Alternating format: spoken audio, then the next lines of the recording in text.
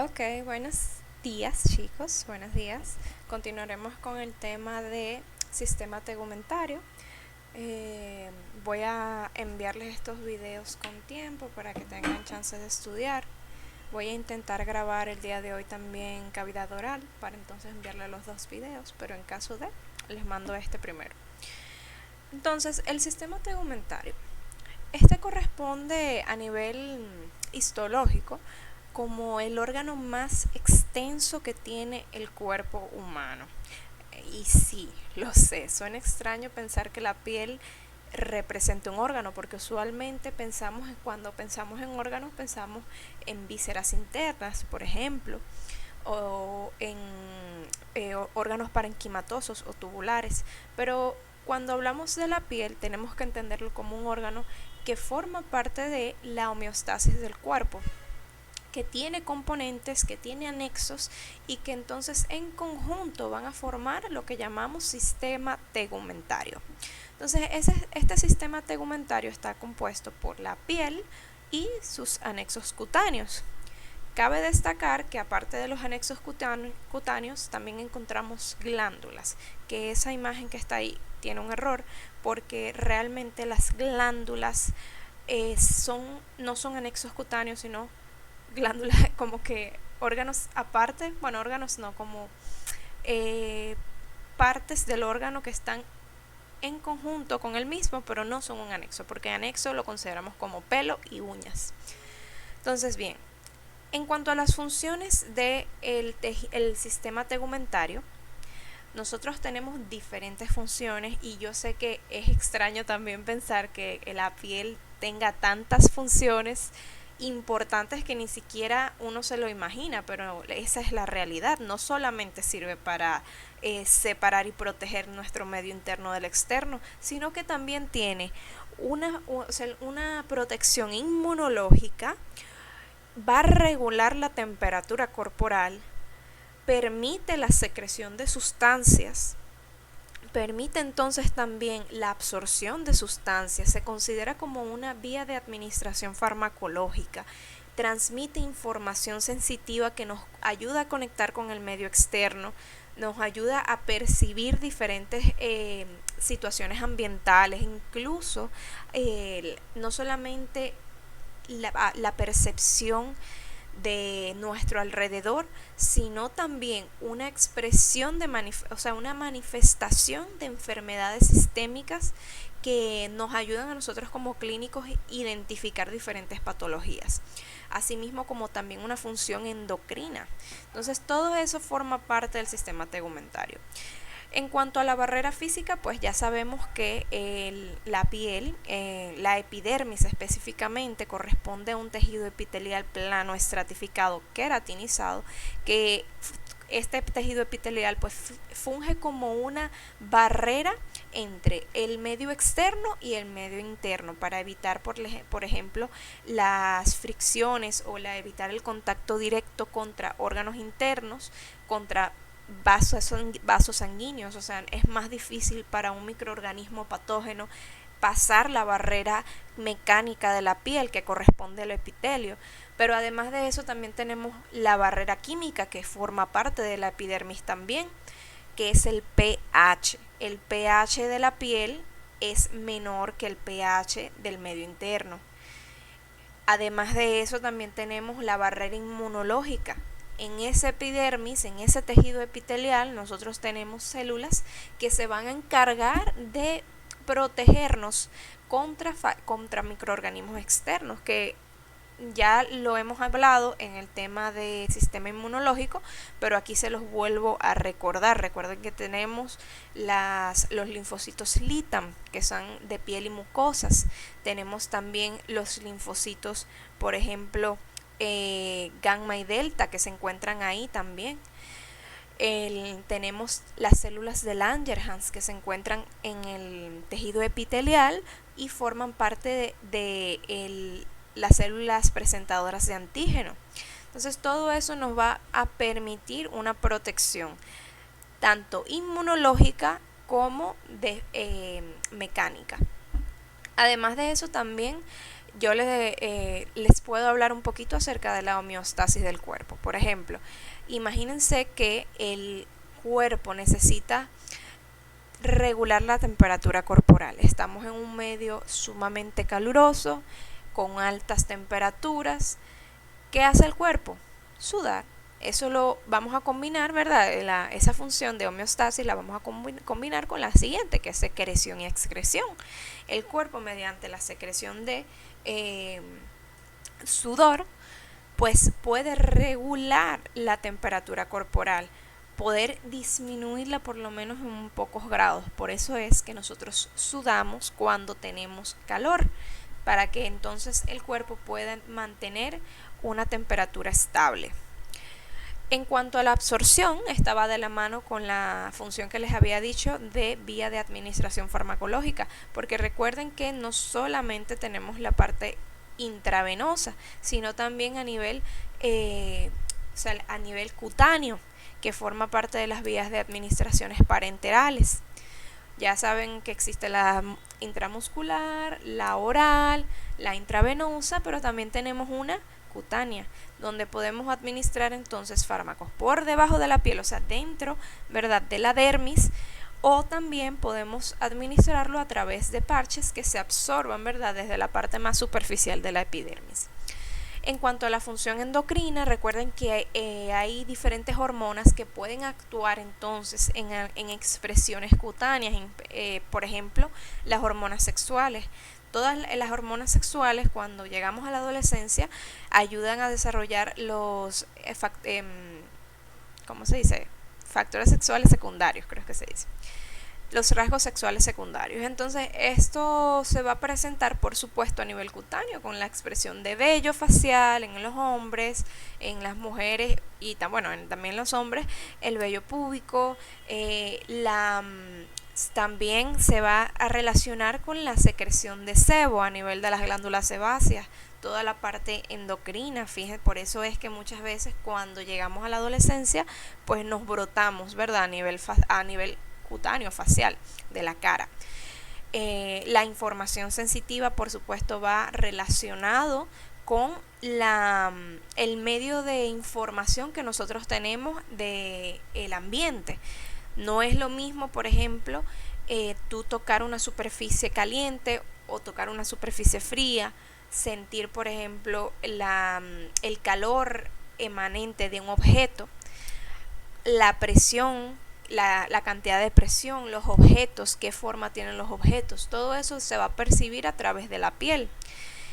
También yo pondría, además de las funciones de esas que están ahí, la identificación, porque recuerden que nosotros no somos como los animales que reconocemos, ¿verdad?, a otro por su olor, sino por su físico. Entonces todo eso, a pesar de que no es una parte como, ¿verdad?, biológica, una función biológica, es una función social de poder identificarnos. Los dermatoglifos también, esas son las huellas dactilares, los hemos adaptado, o sea, son características biológicas que hemos adaptado a nivel social.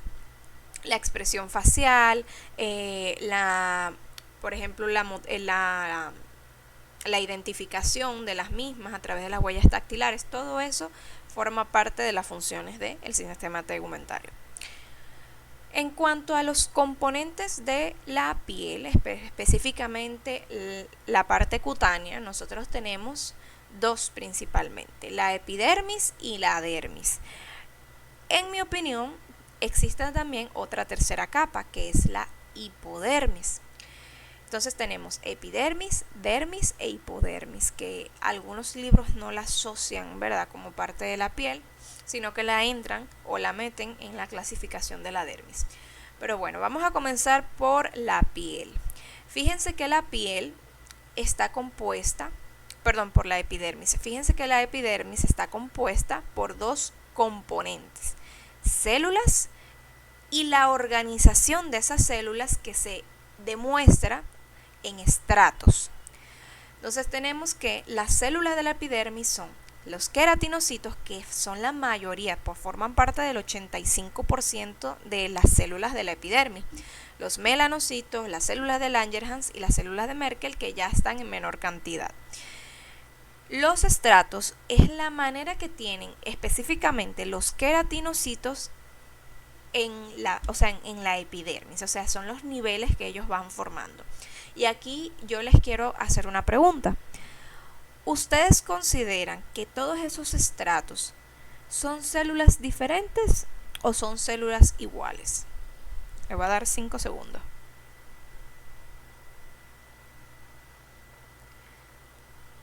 El que dijo que son células diferentes, pues se quemó, porque en realidad esa celulita que ustedes ven ahí, que yo les dije que representa la mayor proporción de las células de la epidermis, llamada queratinocito, es una célula cambiante, se transforma, ella crece, así como nosotros crecemos desde que somos bebés, niños, adultos, viejitos y nos morimos, pues así mismo hace el queratinocito.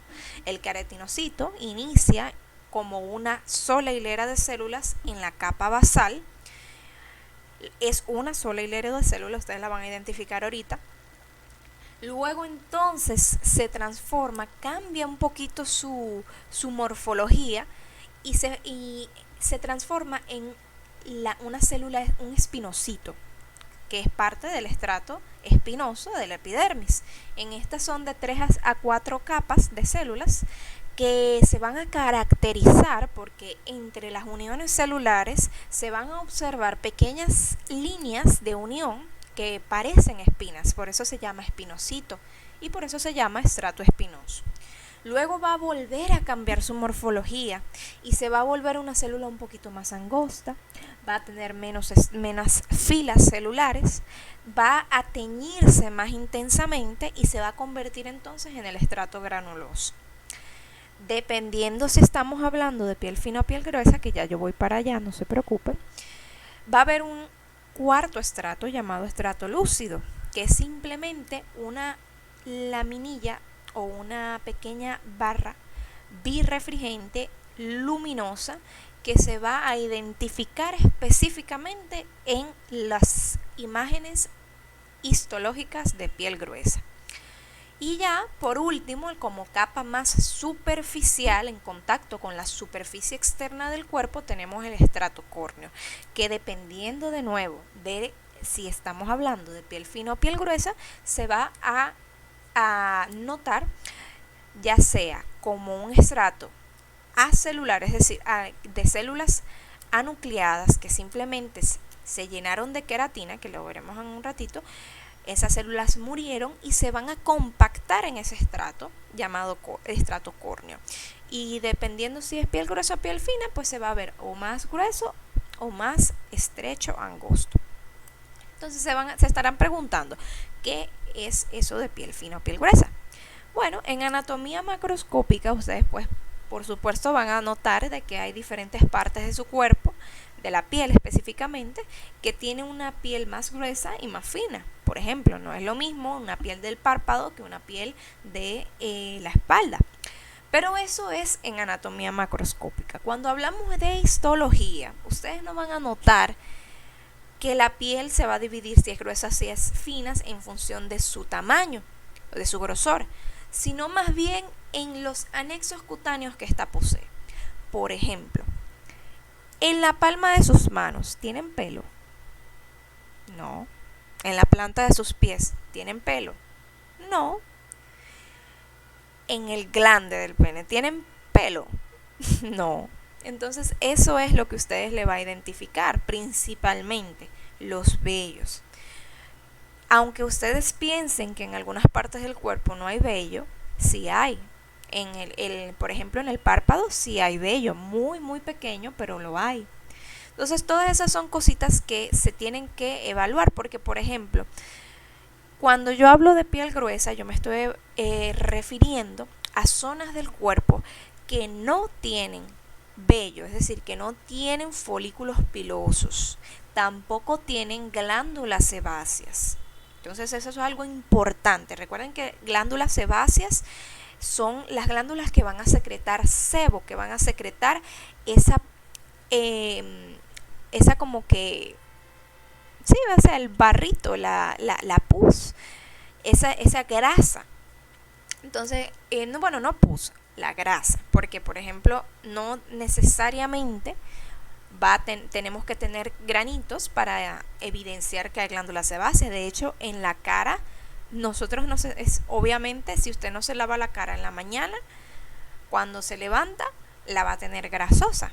Hay personas que tienen la piel más grasa que otras personas la tienen más seca y así sucesivamente, pero realmente, aunque no veamos una espinilla, sí seguimos teniendo esa sensación grasosa en el rostro, y eso es producto de las glándulas sebáceas, porque las glándulas sebáceas, su función, lo veremos ahorita, básicamente es de lubricar la epidermis, de mantenerla hidratada con esa grasita que pues se secreta.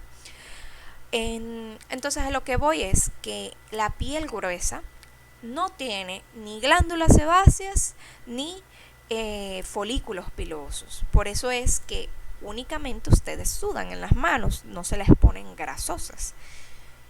El sudor no es lo mismo que grasa. Sudor es agua con electrolitos, grasas es lípidos. Entonces no es lo mismo agua que aceite.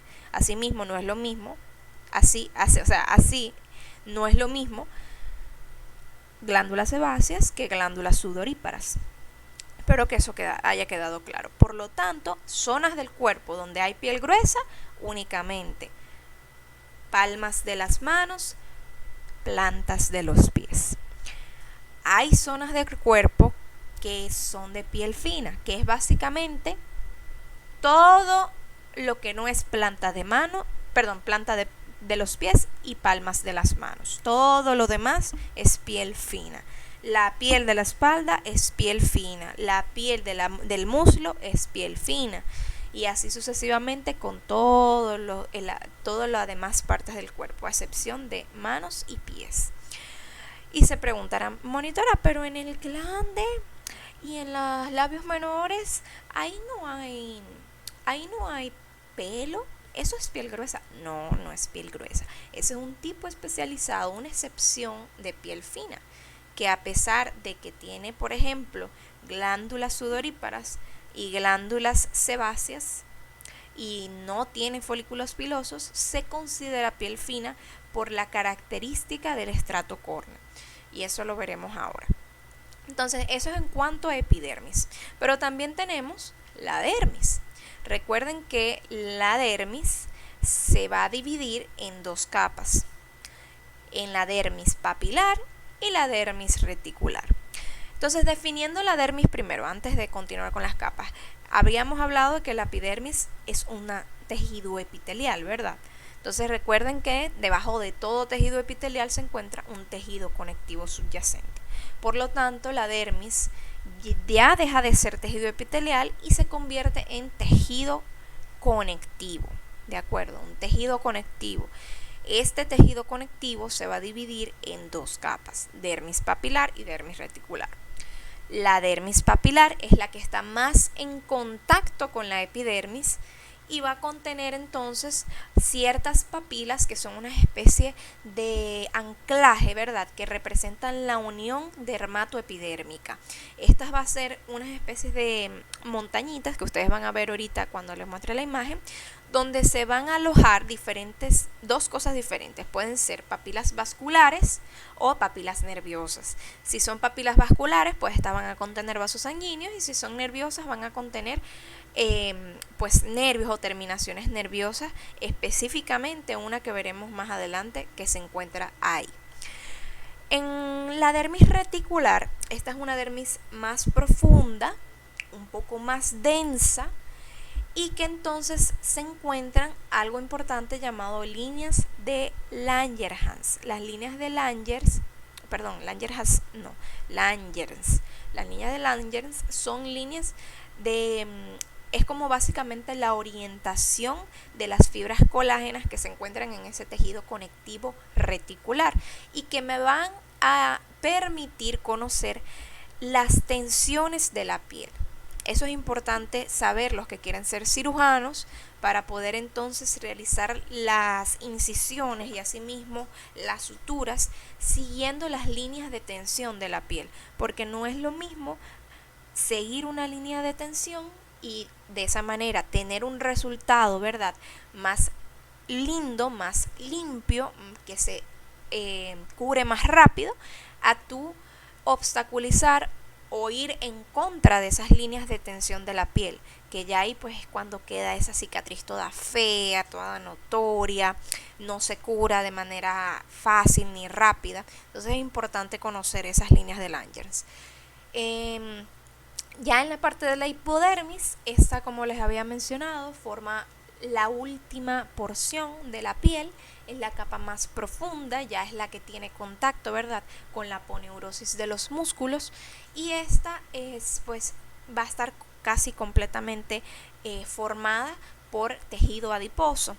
Por lo tanto, también forma parte importante de la función endocrinológica, porque recuerden que en el tejido adiposo se secretan muchas hormonas. Entonces eso forma parte también de la piel, aunque no lo vayamos a ver o a desarrollar en el tema de hoy.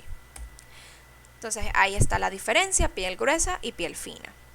Déjame verificar que esté grabando antes de continuar. Ok, sí. Muy bien, entonces vamos a ver esos estratos uno por uno que yo les había dicho de la epidermis. Miren, tenemos aquí una imagen, ¿verdad?, a la izquierda, un esquemita de cómo se organizan esas capas, desde la más profunda hasta la más superficial. Nosotros tenemos el estrato basal, espinoso, granuloso, lúcido en función si es grueso, y si es fino, pues ya no tiene estrato lúcido. Y por último, el estrato córneo. Aquí a la derecha ven una representación histológica de esos mismos estratos de la piel. Entonces vamos a ver uno por uno. Estrato basal. Este se caracteriza principalmente, como le había dicho, por tener una sola hilera de células. Aquí a la derecha pueden verla que está remarcada con estos puntitos y corresponde a esta primera hilera celular, la que está más en contacto con el tejido conectivo subyacente y que se encuentra en la porción profunda de la epidermis. Además de esto, son células cúbicas pequeñas que pueden tener un aspecto poligonal en algunos momentos, o sea, en algunos sitios de la imagen. Pueden ser binucleadas, los núcleos se encuentran bastante apiñaditos uno al lado del otro. Además de eso, también como están en constante mitosis, recuerden que este estrato basal también se llama estrato germinativo, y de aquí, ¿verdad?, es donde nacen, por decirlo así, las células de la epidermis, específicamente los queratinocitos, específicamente. O sea, ellos se van a nacer ahí y luego entonces van a ir creciendo y transformándose poco a poco. Por lo tanto, sí, como siempre está en mitosis, verán muchas veces esas células bien apiñaditas, muy cerca unas de otras, muchas veces binucleadas porque están en proceso de mitosis. Así que ya saben, esa es la primera parte. Además de eso, poseen queratina K5 y K14, que recuerden que la queratina es la principal proteína de la epidermis, ¿ok? No se vayan a olvidar de eso. Muy bien. Vamos con el siguiente estrato, el estrato espinoso. Esta tiene una cantidad de células de aproximadamente de 3 a 5 capas celulares de espesor y es el estrato más grande, ¿de acuerdo? Es el estrato más grueso, es el que ustedes más van a notar en la epidermis. Este contiene queratina K1 y K10 y se caracteriza porque las células de esta epidermis, llamadas espinocitos, presentan una especie de vaginaciones intercelulares que ustedes ven aquí y simulan una pequeña espinita.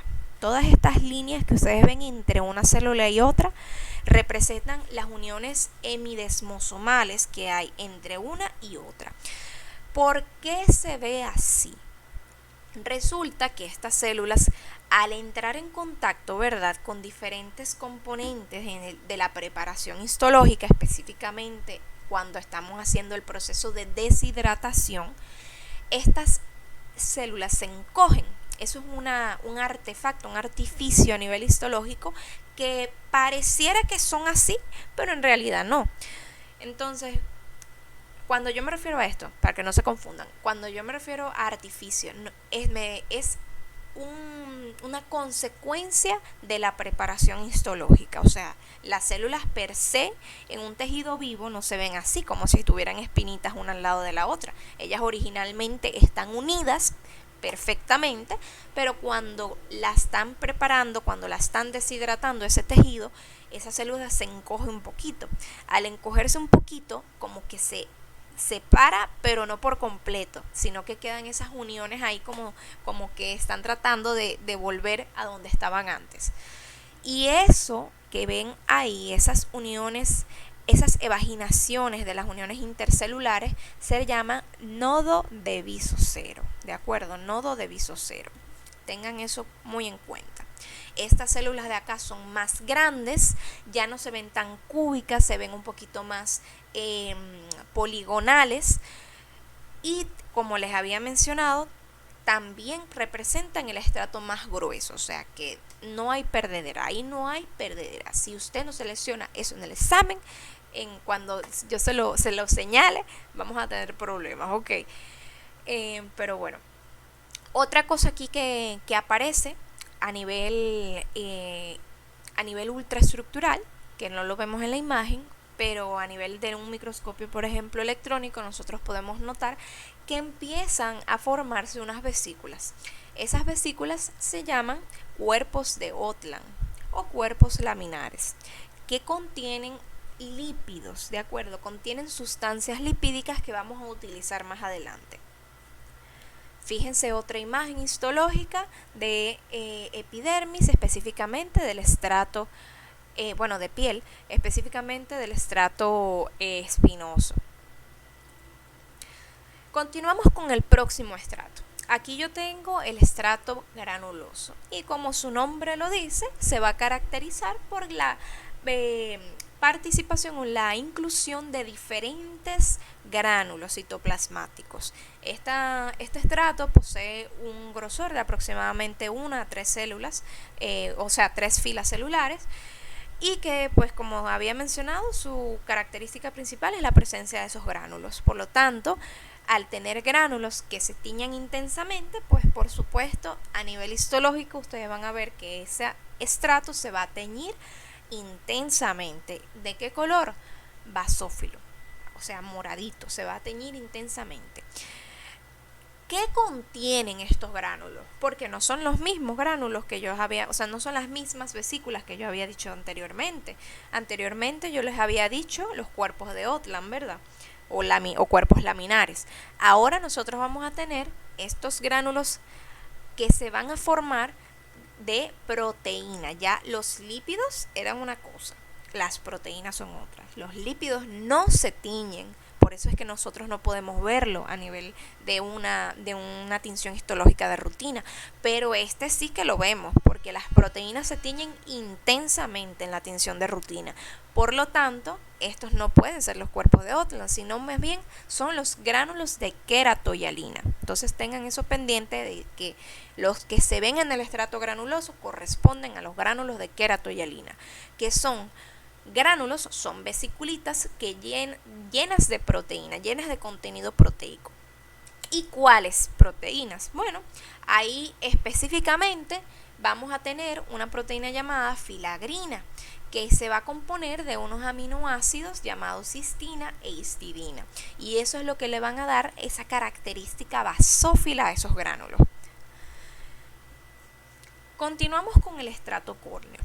Fíjense que este estrato, cuando lo vemos en la imagen histológica, en este caso, esta imagen histológica corresponde a una identificación de piel gruesa.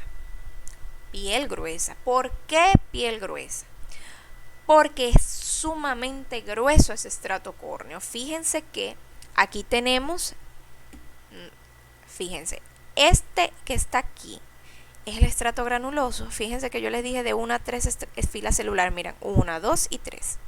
Ahí están de 1 a 3 filas celulares, estrato granuloso, todo esto que está aquí abajo es estrato espinoso. Y mírenle el tamaño que tiene el estrato córneo. Es enorme. Por eso es que es piel gruesa. Ahora, ¿qué es el estrato córneo? Yo tengo esas celulitas, esos queratinocitos que se llenaron, ¿verdad? De esos gránulos de queratoyelina, de esos cuerpos laminares, pero que cuando ellos pasan a transformarse, ¿verdad?, a ese siguiente piso, a ese estrato córneo, ellos se van a llenar de queratina. Recuerden que hasta ahora siempre hemos tenido queratina, desde que estábamos en el estrato basal.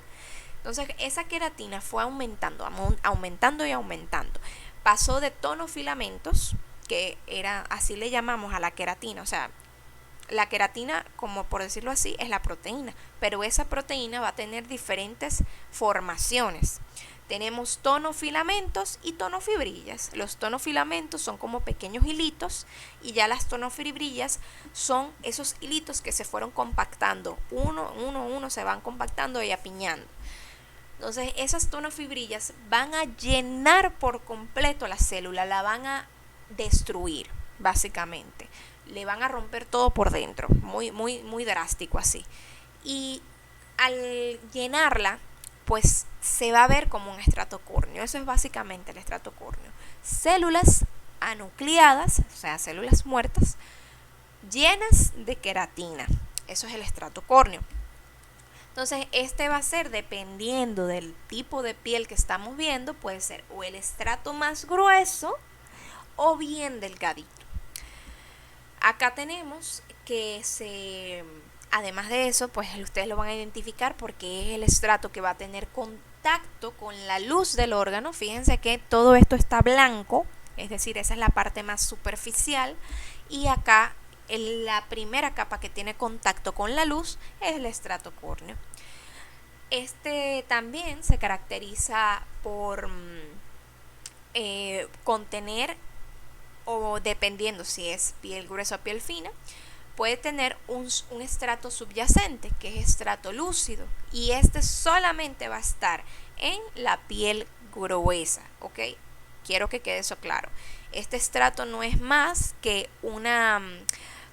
como un apiñamiento, ¿verdad? Como una concentración de las tonofibrillas antes de llenar por completo, ¿verdad?, las capas de los queratinocitos a nivel intracelular. Ellas se van a concentrar acá. Se concentran con una proteína llamada elafina. Esa elafina entonces es la que le va a dar esa luminosidad. Por lo tanto, ustedes solamente la van a identificar en la piel gruesa. Ok. Entonces, me imagino que ustedes saben que la piel se descama, ¿verdad? Por eso a veces que salen como escamitas o la piel se recupera. La piel tiene un proceso de descamación. No sucede de la nada, no es como que yo me rasco y ya estoy, o sea, obviamente si yo me rasco puede ser que yo pierda piel muerta que esté ahí, pero lo que quiero decir es que todo esto sigue un proceso, una cantidad de tiempo específico. Entonces tengan en cuenta todos esos datos para poder conocer, para poder entender cómo funciona, y esto es sumamente interesante. Vamos a comenzar con el estrato basal, explicando desde lo más bajito.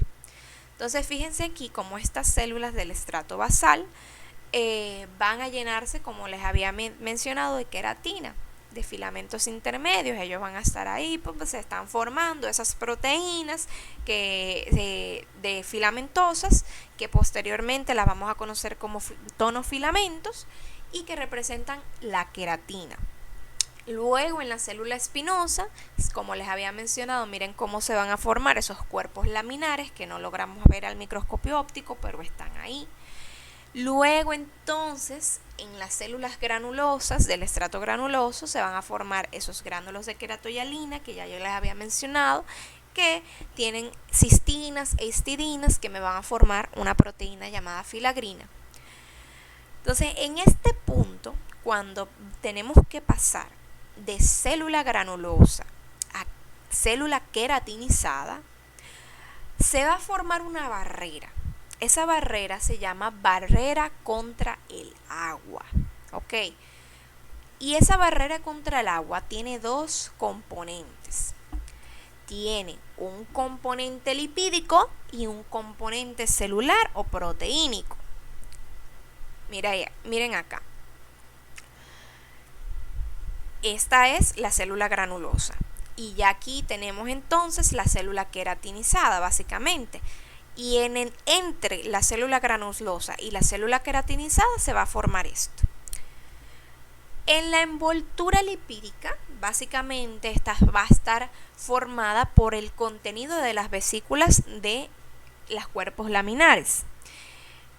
Hay muchos lípidos en estas vesículas. Están esfingolípidos, fosfolípidos, entre otros.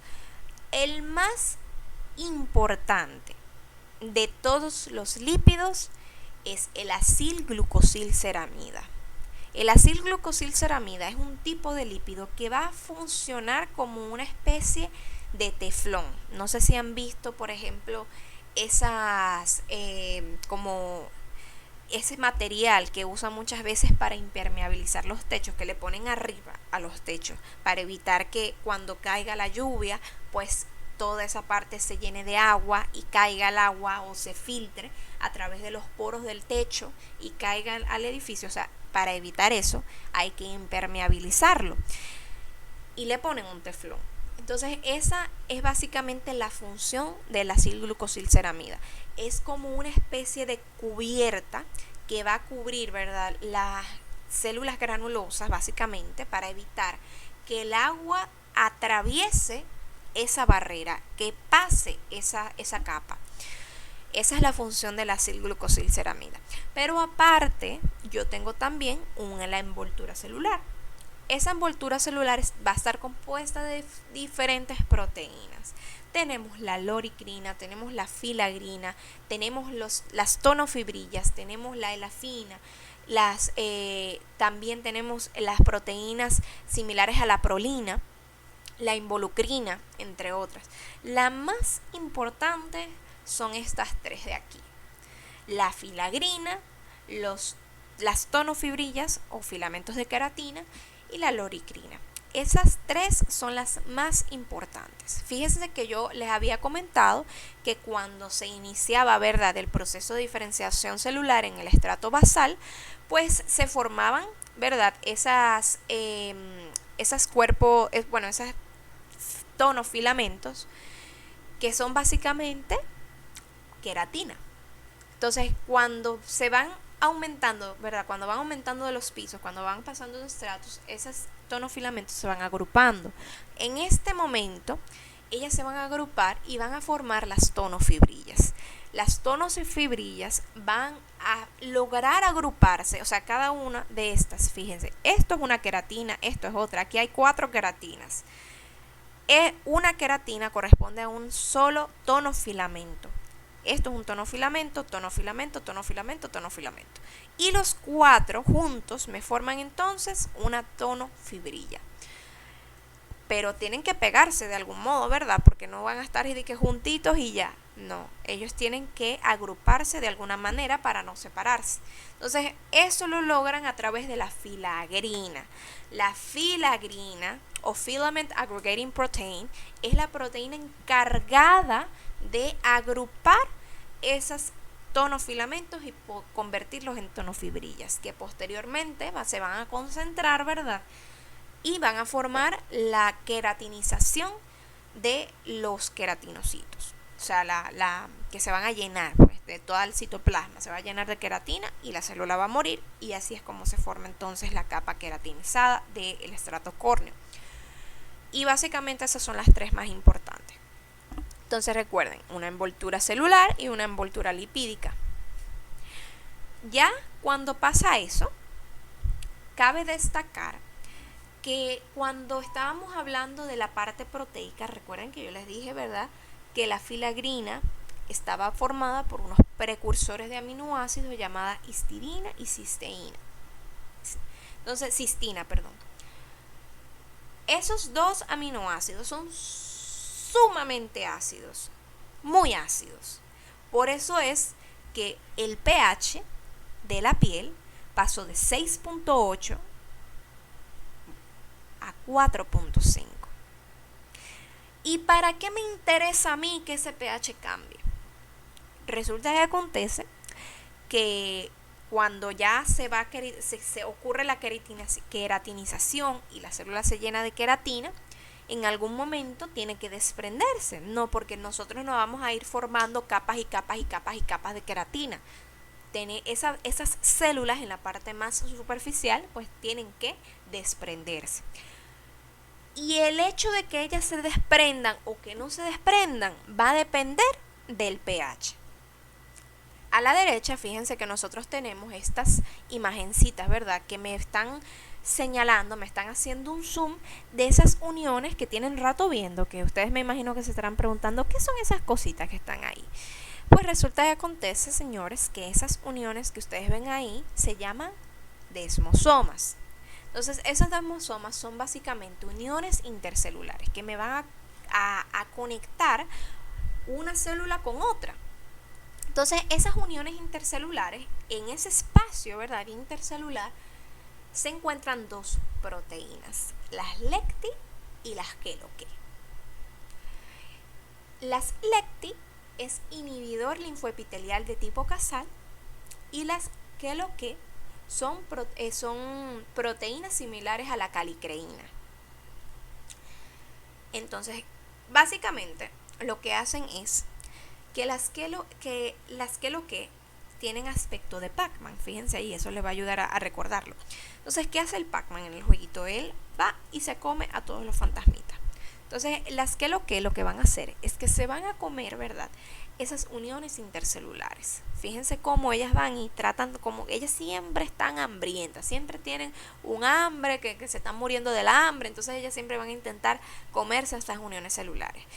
Y las lecti, que su nombre lo dice, inhibidor linfoepitelial de tipo casal, va a evitarla, va a inhibirla, le va a decir como que le va a dar un tate quieto, le van a decir, mira, quédate ahí, ya tú comiste mucho, relájate.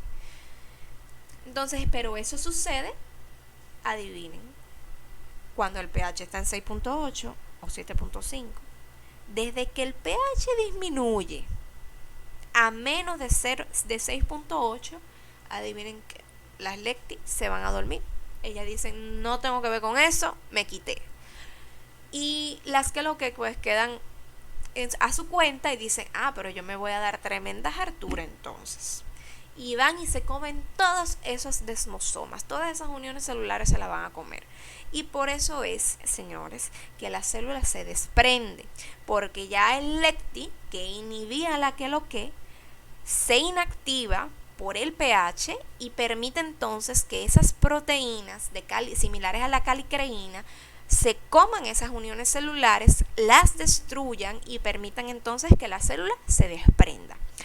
Y esto sucede alrededor de 47 días, o sea, cada estrato tiene una cierta cantidad de días que va a durar hasta llegar a los 47 días. Entonces, eso es importante que lo conozcan. Tienen que repasar que la cantidad de días que dura cada estrato, ¿ok?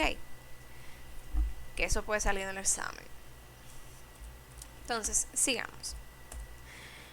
Entonces vamos a hablar un poquito de las células de la epidermis, comenzando por los melanocitos. Ya hablamos del queratinocito bastante, recuerden que representa el 85% de la población celular de la epidermis, está compuesto principalmente por queratina y se va transformando, ¿verdad?, a medida que pues pasan los estratos. Los melanocitos componen únicamente el 6% de la población celular y se especifica que por cada 36 queratinocitos hay un melanocito.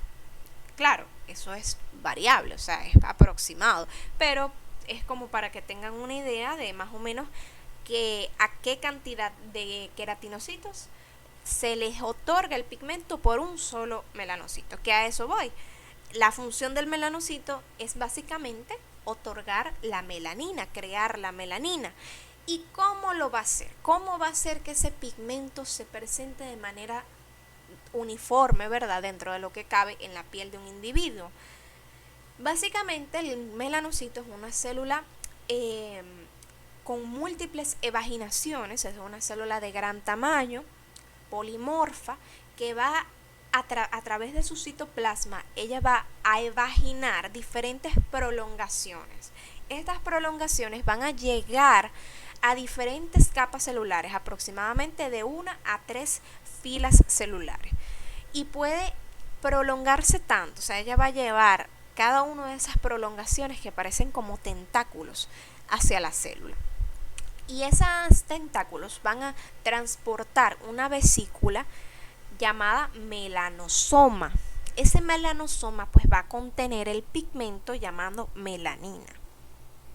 Esa melanina entonces va a ser otorgada, va a ser difundida a través de una endocitosis por parte del queratinocito y va a abrirse, ¿verdad?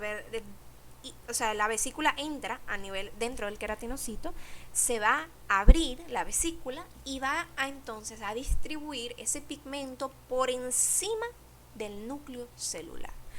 ¿Y por qué por encima? Bueno, porque la luz por donde va a llegar, no va a llegar por debajo, va a llegar por toda la superficie, ¿verdad?, de la piel. Entonces ese pigmento lo que va a hacer es proteger como si fuera un sombrerito, como si fuera una sombrillita a ese núcleo celular, y va a repeler o va a refractar esos rayos ultravioleta que se irradian o que se influyen desde pues obviamente el sol.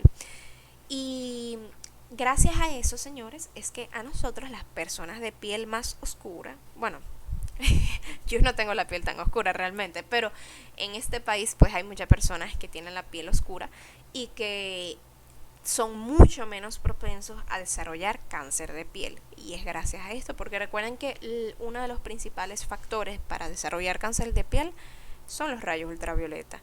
Mientras menos melanina tú tengas, menos protección van a tener esos núcleos de esas células epiteliales y pues van a absorber mayor cantidad de rayos ultravioleta. Por lo tanto, las personas de piel oscura pues tendrán muchísima más ventaja, muchísima más protección contra el cáncer de piel. Fíjense acá, se utilizó una tinción especial para poder visualizar ese melanocito, y fíjense cómo él viene acá, es una célula más o menos esférica, un poco polimorfa, que va entonces a extender prolongaciones celulares hacia las diferentes capas de la epidermis. Entonces, ¿cómo se sintetiza la melanina?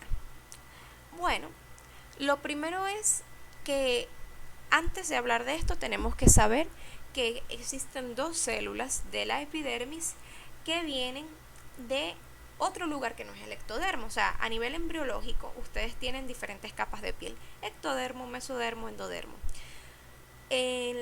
La mayoría, ¿verdad?, de todas las anexos cutáneos, la epidermis, viene del ectodermo y alguna que otra del mesodermo. Pero hay dos células que es sumamente interesante saber que no se originan de ninguna de esas capas celulares, sino específicamente de la cresta neural. Esas células que provienen de la cresta neural se originan a nivel embriológico en las primeras semanas de vida, a través de todas esas células que emergen a los lados del tubo neural y que posteriormente migran, ¿verdad?, al órgano donde se van a desarrollar. Una de ellas es el melanocito y la otra que veremos más adelante es la célula de Merkel.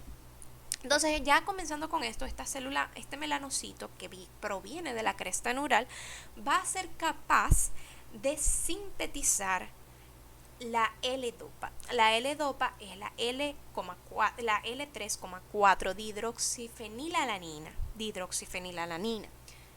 Rápido, o sea, se lo dije lento, pero lo correcto es decirlo así continuo. Todo esto va a ser eh, sintetizado a partir de la L-tirosina, que recuerden que la tirosina es un aminoácido.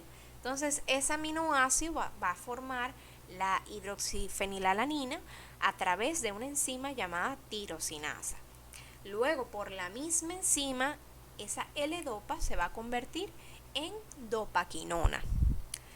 Y la dopaquinona posteriormente, siguiendo, eso es simplemente un resumen, señores, eso es largo. La formación de melanina es larga, eso no es de que de la dopaquinona pasó fue melanina, no, ahí se saltaron como 10 pasos. Pero imagínense, yo no me sé todo tampoco, o sea, yo obviamente lo leí y me lo aprendí, pero no di que me sé pasito por pasito todo exactamente. Pero básicamente, de manera resumida, a partir de la dopaquinona, por la misma enzima tirosina, pues me va a formar dos diferentes pigmentos. La feomelanina, que se asocia más con las pieles claras, con el pelirrojo, con el rubio, y la eumelanina, que se asocia más con las pieles morenas, el pelo negro y los rasgos, ¿verdad? Ya incluso las expresiones cutáneas asociadas con estos tonos de piel. Tenemos también otro tipo celular que son las células de Langerhans. Aquí yo tengo principalmente una célula que tiene un aspecto ameboide, que tiene prolongaciones citoplasmáticas, es decir, no tan extensas, ¿verdad? Como el melanocito, pero ella puede deformarse, o sea, ella puede pasar a través de cada una de esas uniones celulares, así entre ellas, por eso decimos que tiene un aspecto ameboide, porque ella es como una ameba, así, ella como que se retuerce, porque pasa a través de todas esas celulitas que están ahí y puede moverse como si nada, como ella es como los ratones, yo no sé, que los ratones parece que no tienen esqueleto, que parecen que se deforman, parecen una plastilina, pero básicamente sí es la célula de Langerhans. Esta se caracteriza por ser una célula presentadora de antígenos, no forma parte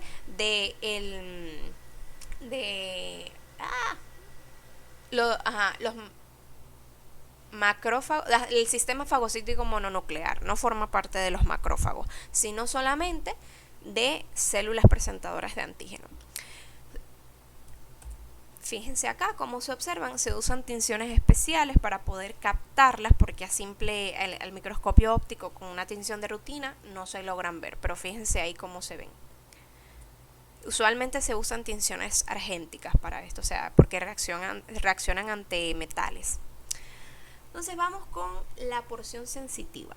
Tenemos diferentes receptores sensitivos en la piel, cada uno va a tener una función diferente. Tenemos las terminaciones nerviosas libres, que lo ven ahí en la letra A. Estas son terminaciones nerviosas que vienen directamente del axón de la neurona. Estas se van a caracterizar por transmitir el dolor, o sea, el dolor agudo.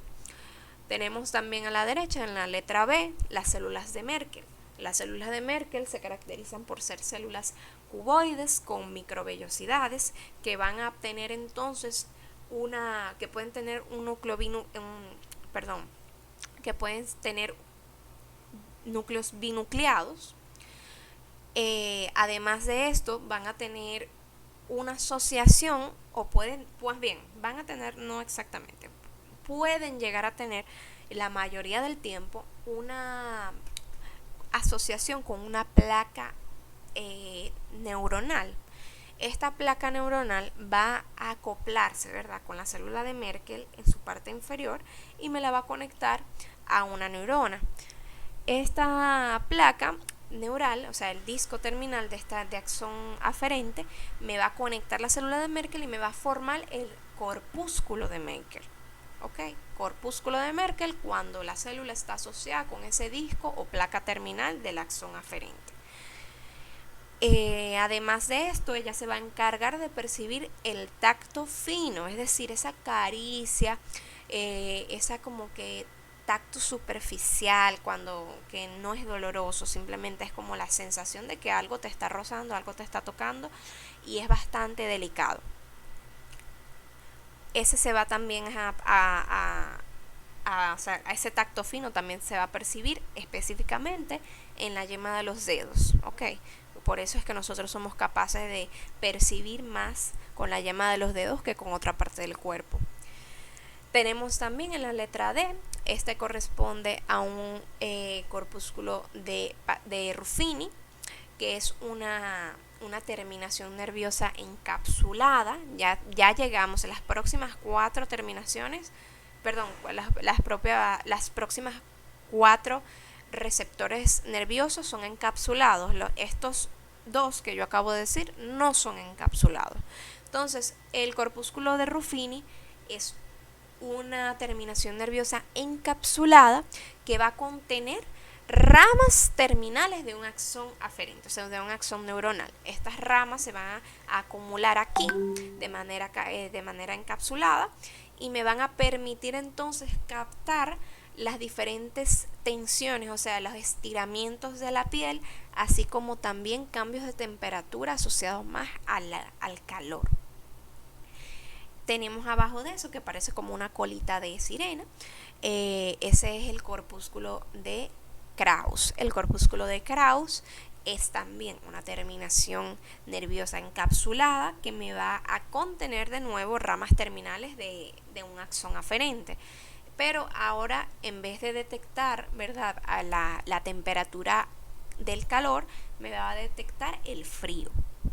Luego tenemos a la izquierda, en la letra E, tenemos el corpúsculo de Meissner. El corpúsculo de Meissner se encuentra justamente en las papilas dérmicas nerviosas.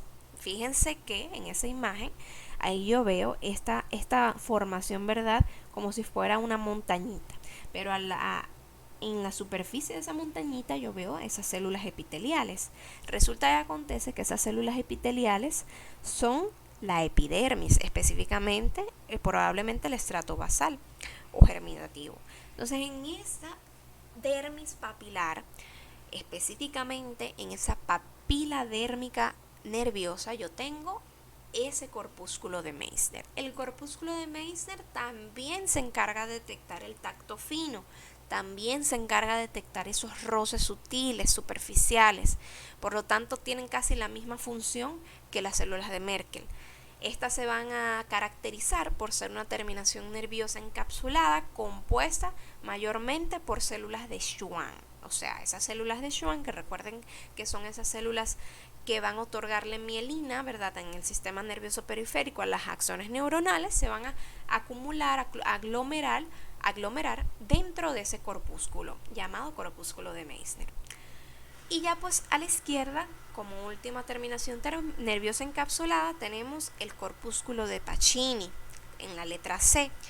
Este corpúsculo de Pacini corresponde a una terminación nerviosa encapsulada compuesta por un conjunto de células nerviosas, ¿verdad?, que se van a conformar de manera circunferencial dentro de ese corpúsculo, dentro de esa encapsulación, y me van a dar el aspecto de cebolla hemiseccionada, o sea, de cebolla, pues básicamente, de una cebolla cortada.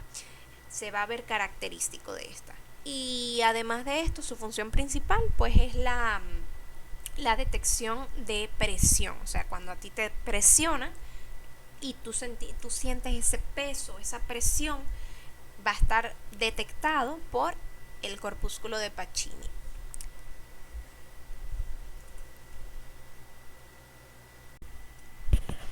Entonces tenemos, para continuar, por último, el folículo piloso y el pelo. Bueno, los anexos cutáneos en general, folículo piloso, pelo y glándulas.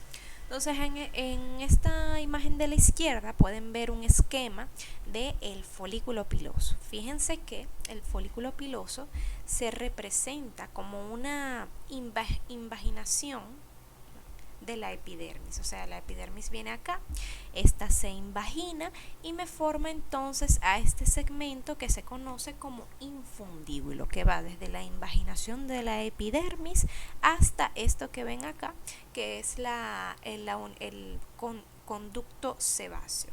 Entonces hasta este conducto se determina como el infundíbulo. Luego se continúa como el istmo del folículo piloso, acá se logra ver que en el istmo se forman estas protuberancias llamadas protuberancias foliculares y luego termina entonces en el bulbo o segmento inferior del folículo piloso. Cabe destacar que este folículo piloso está compuesto por diferentes capas, al igual que pasa con la epidermis. Asimismo, el folículo piloso tiene diferentes capas, siendo la porción más interna correspondiente al pelo. Entonces vamos a ver que además del folículo piloso tenemos más estructuras asociadas al mismo. Acá podemos ver, por ejemplo, la glándula sebácea, que incluso tiene un conducto que emerge a través del infundíbulo del pelo, del folículo piloso. Tenemos también otra glándula que se llama glándula apocrina, específicamente una glándula sudorípara apocrina, que también tiene un conducto que emerge a través del infundíbulo del folículo piloso. Tenemos aquí también un músculo. Este músculo es llamado el músculo erector del pelo y se va a encargar entonces de erectar el vello, específicamente cuando tenemos para detectar, mejor dicho, el movimiento. Cuando, por ejemplo, nos da una brisa que rozamos el vello, ustedes mismos pueden intentar ahora mismo rozar únicamente el cabello, el vello de su cuerpo, y ustedes lo van a sentir. Y no están tocando su piel, están tocando el vello. Por lo tanto, ese músculo erector del pelo también va a detectar los movimientos, que eso es algo que llevamos desde la supervivencia, pero hemos ido evolucionando y pues ya no es tan útil, pero funciona muy bien para detectar el movimiento. Entonces, fíjense que en este esquema verán que el folículo piloso está formado por diferentes cosas. Me faltó decir que en el bulbo o el segmento inferior o el bulbo del folículo piloso tenemos también esta papila que viene del tejido conectivo. Es una papila vascular que es la que va entonces a irrigar al folículo piloso, a cada uno de los folículos pilosos, mejor dicho. Entonces, en ese folículo piloso, aquí lo estamos viendo en un corte longitudinal, pero también tenemos un corte transversal. Entonces, fíjense que en el corte transversal ustedes van a ver diferentes capas. Tenemos el pelo, la vaina radicular interna y la vaina radicular externa, membrana vítrea y el tejido conectivo subyacente. Entonces, en la parte más interna tenemos el pelo. Esto que está aquí, señores, es el pelo. Hasta aquí, hasta esta parte que se ve pigmentada. El pelo se compone de tres partes: de una médula, de una corteza y de una cutícula. Luego, entonces, adyacente a este tenemos una vaina radicular interna, que esta casi no se tiñe, es transparente y se compone de tres capas: la continuación de la cutícula, la capa de Huxley y la capa de Henle. Y en esta parte, entre la vaina radicular interna y la vaina radicular externa, es donde se va a formar esto que ven aquí, que se llama protuberancia folicular. Esa protuberancia folicular va a tener unas células madres epidérmicas que van a permitir entonces la transformación, o sea, por decirlo así, la diferenciación de células que van a permitir el crecimiento del cabello, del crecimiento del pelo. Cabe destacar que estas células madre epidérmicas como tal no son las células madre que vemos en la epidermis.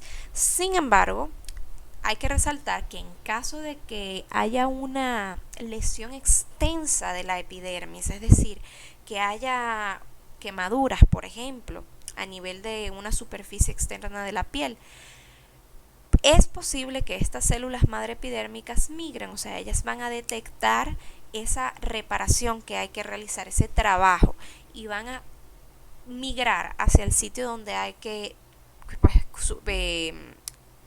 por decirlo así, diferenciarse en nuevas células epidérmicas, y ellas pueden lograr hacer eso. Claro, todo esto se da a través de muchos factores de transcripción, diferentes cosas, y ya es más como un mecanismo, ¿verdad?, de reparación extrema, pero es muy posible. No va a reparar toda la superficie de la piel, pero se ha investigado que realmente tiene una acción importante.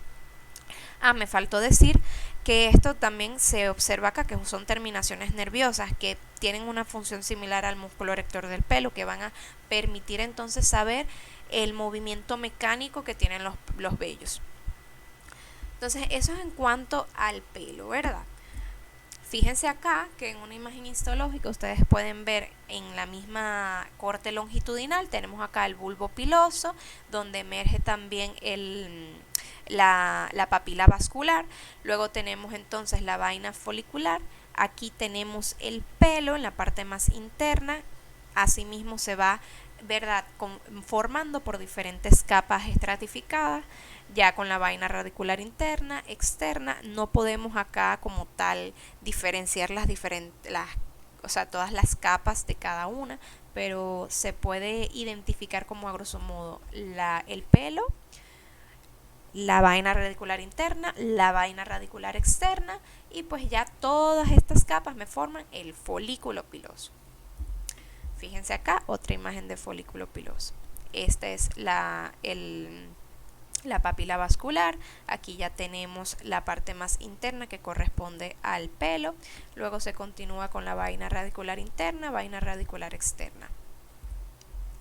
Otro acá. Si yo les preguntara, por ejemplo, ¿esto es piel fina o piel gruesa? ¿Qué ustedes dirían?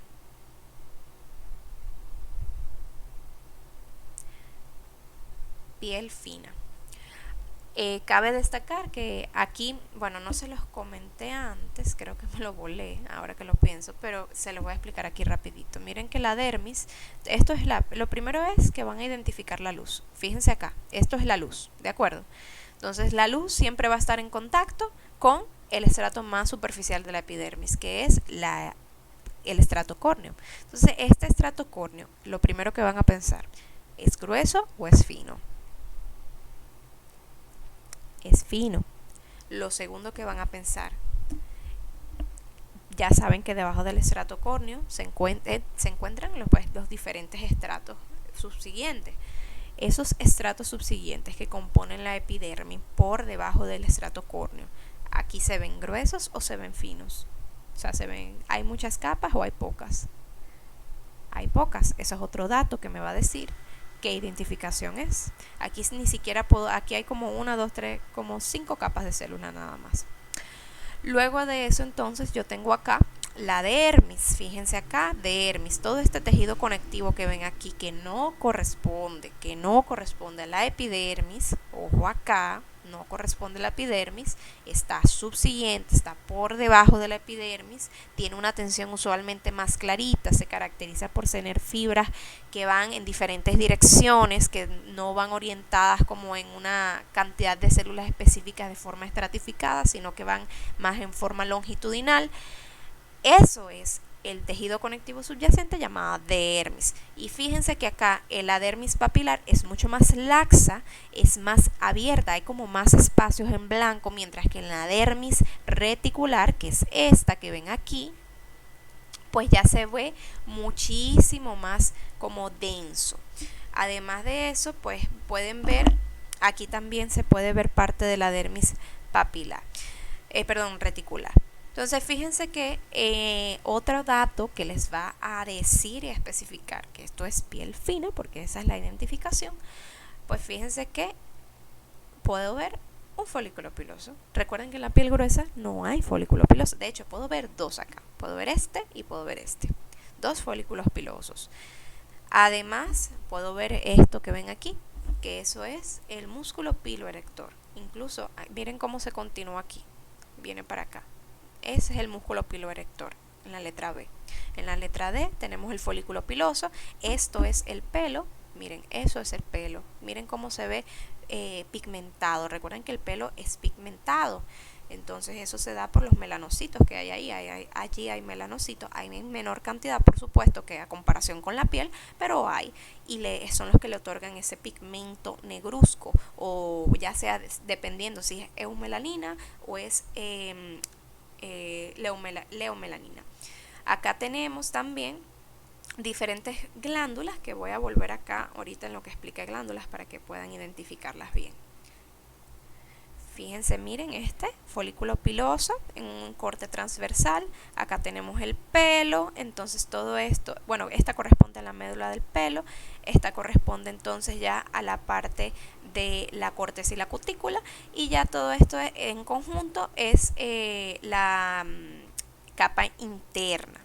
Ya luego se va estratificando hacia la vaina radicular externa y pues se confunde, no se rodea de un tejido conectivo subyacente, al igual que esto sigue siendo folículo piloso. Entonces vamos a hablar de las glándulas. Tenemos diferentes tipos de glándulas. Tenemos glándulas sebáceas y glándulas sudoríparas. Las glándulas sebáceas son estructuras, son una invaginación, ¿verdad? De la epidermis, una invaginación de la epidermis, no. Son una extensión, ¿verdad?, de sacular de células que se van a continuar la mayoría del tiempo con un folículo piloso y que van entonces a emerger, a secretar su contenido dentro de la unidad pilosebácea. O sea, en ese mismo infundíbulo del folículo piloso también se secreta el sebo la mayoría de las veces. Puede ser también una glándula sebácea que no esté asociada a un folículo piloso, que son en ciertas partes específicas del cuerpo, y que sí tienen contacto, ¿verdad? A nivel canalicular, tienen contacto con la superficie externa del cuerpo. Entonces tenemos acá una apertura sacular conformada por diferentes células. En este caso tenemos las células, los sebocitos, llamados sebocitos. Tenemos también células germinales que se rodean o se colocan en la parte más externa de esa estructura sacular, que va a limitar entonces esa glándula sebácea y va a permitir la diferenciación de esos sebocitos. Estos sebocitos se caracterizan por ser células esféricas que tienen inclusiones lipídicas en su citoplasma, que son todas esas burbujitas que ustedes ven dentro de cada una de esas células. Estas van a tener una secreción de tipo holocrina. Hay diferentes tipos de secreciones glandulares, eso lo vamos a ver mejor la próxima clase cuando veamos cavidad oral, pero básicamente hay una secreción merocrina, apocrina y holocrina. La holocrina se caracteriza, como en las glándulas sebáceas, en la muerte celular, es decir, esa célula que está ahí, ese sebocito, se muere. Al morirse, él es secretado, o sea, entero, esa célula se secreta y se expulsa. Entonces ese contenido que tienen las células, que ya esa célula murió, pues va a romper la membrana de la célula y es lo que conocemos como sebo. Cabe destacar que las glándulas sebáceas se encuentran en casi toda la extensión del cuerpo, pero que hay excepciones, por ejemplo, como es en las areolas de los senos. También podemos encontrar excepciones, mejor dicho, que no están unidas están en toda la superficie del cuerpo, pero hay zonas donde no están unidas a folículos pilosos. En estas zonas que no están unidas a folículos pilosos está la areola de la glándula mamaria. También no la podemos encontrar unida a folículo piloso en el bermellón de los labios, y también en las glándulas de meibomio y de Seyss, que se encuentran en los párpados. Fíjense acá, esto es miren acá nuestra glándula sebácea, miren cómo podemos visualizar los dos tipos de células, que son estas células germinales, células madres, que se encuentran rodeando, ¿verdad?, la estructura sacular de la glándula. Estos son los sebocitos llenos de inclusiones lipídicas, y miren cómo se van expulsando, ellos se van destruyendo, esa célula va haciendo apoptosis y va secretando esa sustancia lipídica que tenía contenido a nivel intracelular. Aquí hay otra de las mismas, miren acá, esas células madres, células que se encuentran rodeando los límites de la glándula, y células de los sebocitos. Entonces tenemos las glándulas sudoríparas. Las glándulas sudoríparas son dos tipos, las ecrinas y las apocrinas. Estas dos se van a ver diferentes, van a tener ubicaciones diferentes y tendrán funciones diferentes. Las glándulas sudoríparas ecrinas son glándulas que secretan una sustancia acuosa específicamente. Estas no van a estar asociadas a folículos pilosos, es decir, no formarán parte de la unidad pilosebácea y se caracterizan por tener una luz pequeña. Miren acá, esta es una glándula sebácea, una glándula sudorípara ecrina. Es una glándula que secreta una sustancia acuosa, tiene tres tipos de células específicamente. Tenemos células claras, células oscuras y células mioepiteliales. La luz de ese conducto, ¿verdad?, de esa glándula es pequeña, es pequeñita, y se caracteriza por eso. Las células oscuras se caracterizan porque secretan proteínas, mientras que enzimas, mientras que las células claras pues se encargan de secretar las sustancias acuosas. Y ya las células mioepiteliales son células contráctiles que van a ayudar a exprimir a esa glándula, a ese conducto. Bueno, en este caso específicamente al adenómero, que recuerden, no se lo dije, pero una glándula está compuesta de dos partes, un adenómero y un canalículo, o varios canalículos. El adenómero es por donde emergen, ¿verdad?, donde se secretan esas sustancias, y el canalículo es el tránsito que permite que esa sustancia secretada pase de punto A a punto B. Es como el medio de transporte, por decirlo así. Entonces el adenómero es realmente el lugar de donde se origina esa secreción. En este caso estamos viendo el adenómero de esa glándula. Entonces, las glándulas apocrinas son glándulas sudoríparas asociadas a folículos pilosos, y yo le digo la de las 4A por las ubicaciones donde está. Esta se encuentra principalmente en las areolas mamarias, también se encuentra en el ano, se encuentra también en la axila y se encuentra en el conducto auditivo externo, ¿verdad?, secretando esa sustancia cerosa.